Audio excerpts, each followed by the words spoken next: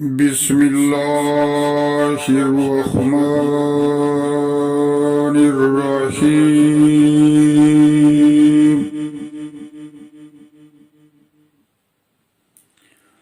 وَنُنَزِّلُ مِنَ الْقُرْآنِ مَا هُوَ شِفَاءٌ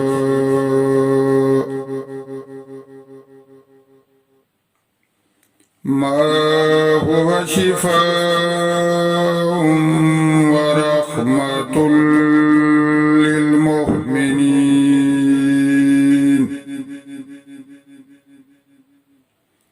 فِيهِ شِفَاءٌ لِّلنَّاسِ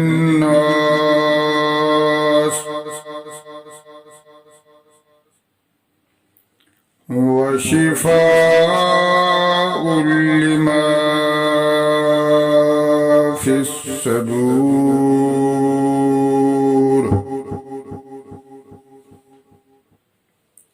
وَيَشْفِي صُدُورَ قَوْمٍ مُّؤْمِنِينَ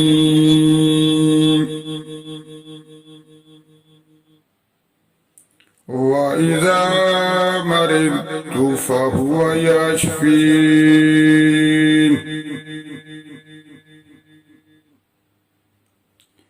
قُلْ هُوَ لِلَّذِينَ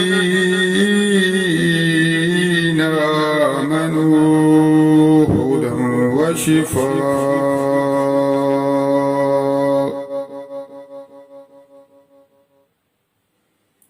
يُرِيدُ اللَّهُ أَن يُخَفِّفَ عَنكُمْ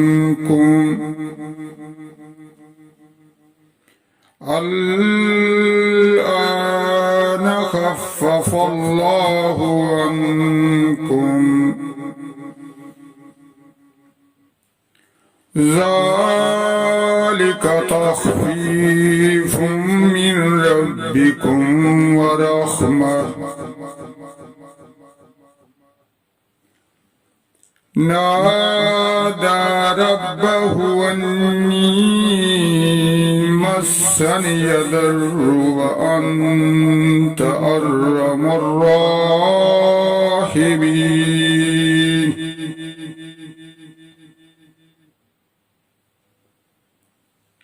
لا إله إلا أنت سبحانك إني كنت من الظالمين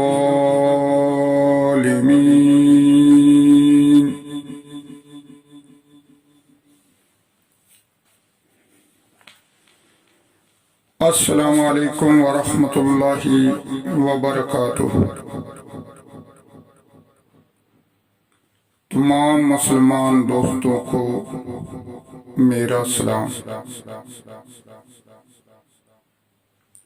دوستو، مجھے 3 دن سے بخار تھا، لیکن جب میں نے اپنے وزیراعظم کا سنا ہے کہ ہمارے وزیراعظم پاکستان کو کرونا وائرس ہو گیا ہے، تو دوستو میں نے دعا کے لیے اپنے آپ کو مضبوط کیا ہے اور آپ کی خدمت میں حاضر ہوں۔ میں اپنے خالق، اپنے مالک، اپنے پیدا کرنے والے سے دعا کرتا ہوں۔ عمران خان ایک عظیم لیڈر، سچا انسان، اچھا انسان ہے اور ہمارے ملک پاکستان کا وزیر اعظم ہے۔ تو میں اپنے پروردگار سے دعا کرتا ہوں کہ آئے ہمارے پروردگار عمران خان کو شفاء کاملہ اجلہ عطا فرما۔ آئے ہمارے پروردگار تمام بیماروں کو شفاء کاملہ اجلہ عطا فرما۔